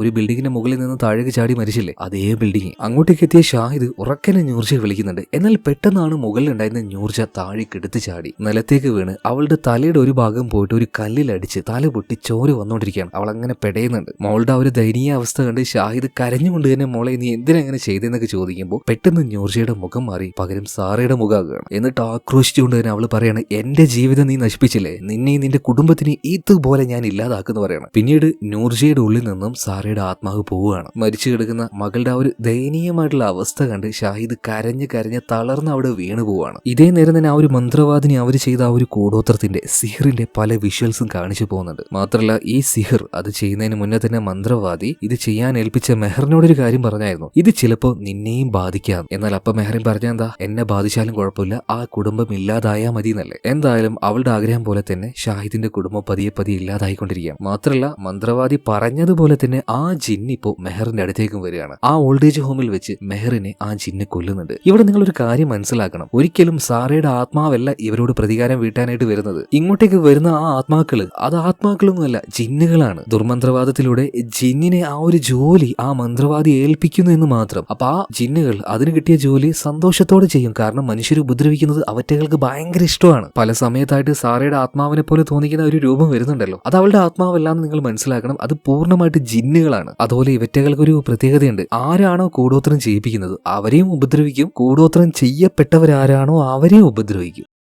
ഇതിനുശേഷം നമ്മുടെ എലാമിനെ കാണിക്കുകയാണ്. അവൾ ആ ഒരു പെട്ടിയുടെ ഉള്ളിലാണല്ലോ, അവളുടെ ഉള്ളിൽ ഇപ്പൊ ആ ഒരു ജിന്നില്ല. അവളിങ്ങനെ ഉറക്കനെ കരയുന്നുണ്ട്, ഉമ്മ ഇതിന്റെ ഡോറ് തുറക്കും, എനിക്ക് ശ്വാസം മുട്ടുന്നു ഉറക്കനെ കരയുന്നുണ്ട്. എന്നാൽ അതേ സമയം തന്നെ ആ പെട്ടിയുടെ മുകളിൽ കയറിയിരിക്കുകയാണ് റഹ്മ. ഇപ്പോ റഹ്മയുടെ ഉള്ളിലാണെങ്കിൽ ജിന്നുണ്ട്. ഇതേ നേരം തന്നെ ഷാഹിദിന്റെ അവസ്ഥ അത് വളരെയധികം മോശമായിരുന്നു കേട്ടോ. മരിച്ചുപോയ മോളുടെ ആ ഒരു ഡെഡ് ബോഡി എടുത്ത് കാറിലിട്ട് കരഞ്ഞുകൊണ്ടാണ് വീട്ടിലേക്ക് അവൻ വന്നുകൊണ്ടിരിക്കുന്നത്. മോള് പോയി, ഇനി ഇളയ മോളും മരിക്കും, ഭാര്യയും മരിക്കും, ഉമ്മയും മരിക്കും, ഞാനും മരിക്കും. പേടിച്ച് വിറച്ച് ആ ഒരു വിഷമത്തിൽ കരഞ്ഞുകൊണ്ട് തന്നെയാണ് ഷാഹിദ് വീട്ടിലേക്ക് വരുന്നത്. വീട്ടിലേക്ക് വന്ന് ഡോറ് തുറന്നപ്പോൾ നമ്മുടെ നൂർജിയുടെ ആ ഒരു ഡെഡ് ബോഡി കാറിന്റെ ഉള്ളിൽ തന്നെ ഉണ്ട് കേട്ടോ. എന്തായാലും വീട്ടിലേക്ക് എത്തിയ പാടെ തന്നെ കരഞ്ഞുകൊണ്ട് അവൻ നേരെ പോയി വീഴുന്നത് അവന്റെ ഉമ്മയുടെ കാലിലാണ്. ഉമ്മയുടെ രൂപം കണ്ടാൽ തന്നെ അറിയാം ഉമ്മയുടെ ഉള്ളിൽ ആ ജിന്ന് കയറിയിരിക്കുകയാണ്. ഇപ്പൊ അവൻ ചോദിക്കുന്നുണ്ട്, ഞാൻ ഇനി എന്ത് പരിഹാരം ചെയ്യേണ്ടത്, ഇതിൽ നിന്ന് ഞാൻ എങ്ങനെ രക്ഷപ്പെടും, എന്റെ മോള് മരിച്ചു പോയല്ലോ ഉമ്മ, ഞാൻ ഇനി എന്താ ചെയ്യാന്നൊക്കെ ചോദിക്കുമ്പോൾ ഇപ്പൊ ഷാഹിദിന്റെ അടുത്തേക്ക് ഉമ്മ ഒരു ഗ്ലാസ് വെള്ളവുമായിട്ട് വരികയാണ്. വെള്ളമല്ല, എന്തൊരു മരുന്നാണ്, അതിലെന്തൊക്കെയോ ചില ഗുളികകളെല്ലാം ഇട്ട് ഇവര് നേരത്തെ കലക്കി വെച്ചായിരുന്നു, അത് ഈ ഷാഹിദിന് കൊടുത്തിട്ട് നീ ഇത് കുടിക്കുന്ന പറയാണ്. ഷാഹിദ് അത് മേടിച്ച് കുടിക്കുന്നുണ്ട് കേട്ടോ. കുടിച്ചു കഴിഞ്ഞപ്പോൾ അസഹനീയമായ വേദന, അവൻ കിടന്ന് പെടയാൻ തുടങ്ങുകയാണ്. അവസാനം അവിടെ വെച്ച് ചോര തുപ്പിക്കൊണ്ട് തന്നെ ഷാഹിദ് മരിക്കുകയാണ്. ഈ സമയത്താണ് ഈ വീട് കണ്ടുപിടിച്ച് ഇങ്ങോട്ടേക്ക് ഓർഹാൻ എത്തുന്നത്. പോരും കഴിഞ്ഞു, വെടിക്കെട്ടും കഴിഞ്ഞു, എന്നിട്ടാണ് ഇവൻ എത്തുന്നത്. എന്തായാലും ഓർഹാൻ വന്ന് നോക്കുമ്പോൾ ബാധ കയറിയ ഷാഹിദിന്റെ ഉമ്മ, അതായത് ലൈലയെ കാണുകയാണ്. അവൻ അപ്പൊ തന്നെ മനസ്സിലായി ഇവരുടെ ഉള്ളിലാണ് ആ ശക്തി കൂടിയ ജിന്ന് കയറിയിരിക്കുന്നതെന്ന്. കയറി വന്നപാട് തന്നെ ചില മന്ത്രങ്ങൾ ചൊല്ലിയിട്ട് ആ ഉമ്മയുടെ ഉള്ളിൽ നിന്നും ജിന്നിനോട് ഇറങ്ങി പോവാൻ പറയുന്നുണ്ട്. എന്നാൽ ഈ ഓർഹാനെ തടുക്കാനായിട്ട് ജിന്ന് മറ്റൊരു കാര്യം ചെയ്യുന്നുണ്ട്. അവന്റെ ഉസ്താദ് ഉണ്ടല്ലോ, ആ ഉസ്താദിനെ ബാക്കിയുള്ള ജിന്നുകളെ കൊണ്ട് ഉപദ്രവിച്ചുകൊണ്ടിരിക്കുകയാണ്. പക്ഷെ ഓർഹാൻ ഇതിൽ നിന്നും പിന്തിരിയാൻ തയ്യാറായിരുന്നില്ല. അവനിപ്പോ ദൈവത്തോട് പ്രാർത്ഥിക്കുകയാണ്. പിന്നീട് ചില മന്ത്രങ്ങളൊക്കെ ചൊല്ലുന്നുണ്ട്. അതിലൂടെ ജിന്നുകളുടെ ലോകത്തേക്ക് ഓർഹാൻ എത്തുന്നുണ്ട്. അവന്റെ തൊട്ട് മുന്നിൽ തന്നെ ലൈലയുണ്ട്. അവരുടെ ഉള്ളിൽ ആ ഒരു ജിന്നാണ് ഓർഹാനോട് ഇപ്പൊ സംസാരിക്കുന്നത്. എന്നെ തടുക്കാൻ നോക്കണ്ട, ഒരു കാരണവശാലും ഞാൻ പോവില്ല, എനിക്ക് കിട്ടിയ ദൗത്യം പൂർത്തിയാക്കാതെ ഞാൻ പോയില്ല എന്ന് പറയണം. ഇതേ സമയത്ത് തന്നെ നമ്മുടെ ഓർഹാൻ പറയുന്നുണ്ട്, അതൊരു ചെറിയ പെൺകുട്ടിയല്ലേ, അവളെങ്കിലും വെറുതെ വിട്ടൂടെ. അതുപോലെ തന്നെ ഷാഹിദിന്റെ ഭാര്യ റഹ്മ, അവൾ എന്ത് തെറ്റാ ചെയ്തത്. അതുപോലെ തന്നെ ഷാഹിദിന്റെ മൂത്ത മകൾ നൂർജ, അവൾ എന്ത് ചെയ്തു. ഇവിടെ നടപ്പിലാക്കുന്നത് നീതിയല്ല, അനീതിയാണ്. അതുകൊണ്ട് മര്യാദക്ക് ആ കുടുംബത്തിനെ വിട്ട് പോകാൻ ഈ ജിന്നോട് പറയുന്നുണ്ട് കേട്ടോ. എന്നാൽ ഈ ജിന്ന് ഓർഹാനെ തളർത്താനായിട്ട് മറ്റൊരു കാര്യം ചെയ്യുന്നുണ്ട്. അവന്റെ പ്രിയപ്പെട്ട ഉസ്താദിനെ കൊന്നുകളയാണ്. ആ കാര്യം ഓർഹാനെ മനസ്സിലാവുന്നുണ്ട്. അവന്റെ നെഞ്ചു പൊട്ടുകയാണ് കേട്ടോ. എന്നാലും ഒരു ആത്മാവിനെ പോലെ ഉസ്താദ് അവന്റെ അടുത്തേക്ക് വന്നിട്ട് പറയുന്നുണ്ട്, മോനെ നീ എന്താണോ പൂർത്തിയാക്കാനിരുന്നത് അത് പൂർത്തിയാക്കാതെ എഴുന്നേൽക്കരുതെന്ന്. അങ്ങനെ മനസ്സ് കല്ലാക്കിക്കൊണ്ട് തന്നെ ഉസ്താദ് പറഞ്ഞു കൊടുത്ത എല്ലാ മന്ത്രവാദങ്ങളും ഇപ്പോ ഓർഹാൻ ഉപയോഗിക്കുന്നുണ്ട്. അതിലൂടെ അവസാനം ആ ഉമ്മാമയുടെ ഉള്ളിൽ നിന്നും, അതായത് ലൈലയുടെ ഉള്ളിൽ നിന്നും ആ ജിന്നിനെ അവൻ പായിപ്പിക്കുകയാണ്. ആ കുടുംബത്തിനെ ആ ജിന്നിന്റെ കയ്യിൽ നിന്നും രക്ഷപ്പെടുത്തുന്നുണ്ട്. പക്ഷേ അപ്പോഴേക്കും ലൈല എന്ന് പറഞ്ഞ ആ ഉമ്മാമ മരിച്ചു പോയിട്ടുണ്ടായിരുന്നു. എന്നാൽ ഇപ്പോഴും ബേസ്മെന്റിൽ ആ ഒരു പെട്ടിയുടെ ഉള്ളിൽ തന്നെയാണ് നമ്മുടെ എലാം ഉള്ളത്. അവളിങ്ങനെ ഉറക്കനെ വിളിച്ച് കരഞ്ഞുകൊണ്ടിരിക്കുകയാണ്. ആ പെട്ടിയുടെ മുകളിൽ തന്നെ ഇപ്പൊ റഹ്മയും കയറിയിരിക്കുന്നുണ്ട്. അവളുടെ ഉള്ളിൽ നിന്നും ആ ഒരു ജിന്ന് പോയല്ലോ. ആ നേരത്താണ് മകളുടെ കാര്യം ഓർമ്മ വരുന്നത് കേട്ടോ. അതായത് ഏത് ആപത്തിൽ പെട്ടുപോയാലും ഉമ്മയെ നീ വിളിച്ചാൽ മതി, ഞാൻ അങ്ങോട്ടേക്ക് ഓടി വരുമെന്ന് റഹ്മ മോളോട് പറഞ്ഞിട്ടുണ്ടായിരുന്നു. ആ കാര്യം റഹ്മയ്ക്ക് ഇപ്പൊ ഓർമ്മ വരികയാണ്. പെട്ടെന്ന് തന്നെ ആ ഒരു പെട്ടി അവൾ തുറക്കുന്നുണ്ട് കേട്ടോ. അത് അതുകൊണ്ട് തന്നെ എലാമിനെ അവൾക്ക് രക്ഷപ്പെടുത്താൻ കഴിയും. എന്തായാലും ഓർഹാൻ വന്നതുകൊണ്ട് ആകെ പ്രയോജനം ഉണ്ടായിരുന്നത് ഇവർക്ക് രണ്ടുപേർക്കും മാത്രമാണ്, അതായത് റഹ്മയ്ക്കും എലാമിനും. അവർ രണ്ടുപേരും ഒഴികെ ആ കുടുംബത്തിലെ 3 പേരെ ആ ജിന്ന് കൊന്നുകളഞ്ഞു. ഷാഹിദ് മരിച്ചുപോയി, പക്ഷേ അവനത് അർഹിക്കുന്നുണ്ടായിരുന്നു. എന്നാൽ ഷാഹിദിന്റെ മൂത്ത മകളായിട്ടുള്ള നൂർജിയും അവന്റെ ഉമ്മയായിട്ടുള്ള ലൈലയും എന്ത് തെറ്റ് ചെയ്തിട്ടാണ്, പക്ഷേ സംഭവിക്കാനുള്ളത് സംഭവിച്ചു പോയി. അതുപോലെ തന്നെ ഓർഹാൻ ഇതുപോലെ ജിന്നുകളുടെ ശല്യം അനുഭവിക്കുന്ന വേറെ മനുഷ്യരുണ്ടെങ്കിൽ അവരെ സഹായിക്കാനായിട്ട് അവന്റെ ആ യാത്ര തുടരുകയാണ്. ഇത് കാണിച്ചുകൊണ്ട് സിനിമ ഇവിടെ കഴിയാം. അപ്പൊ എങ്ങനെ ഈ ഒരു സിനിമ നിങ്ങൾക്ക് ഇഷ്ടമായ, പറ്റുവാണെങ്കിൽ ധൈര്യം ഉണ്ടെങ്കിൽ രാത്രി ഒരു 12 മണി കഴിഞ്ഞതിന് ശേഷം ഒറ്റയ്ക്ക് ഇരുന്ന് ഈ പടം ഒന്ന് കാണും. നിങ്ങൾ ധൈര്യം ഉണ്ടോ? നിങ്ങൾക്ക് അതിന് ധൈര്യം ഉണ്ടെങ്കിൽ കണ്ടു കഴിഞ്ഞ് വന്നിട്ട് കമന്റ് ബോക്സിൽ ഇട്, ഞാൻ കണ്ടു എന്ന്. ഓക്കെ, എന്തായാലും ഇതുപോലെ മറ്റൊരു കഥയുമായിട്ട് നമുക്ക് നാളെ വീണ്ടും കാണാം. അപ്പൊ അതുവരേക്കും ഓക്കെ, ബൈ.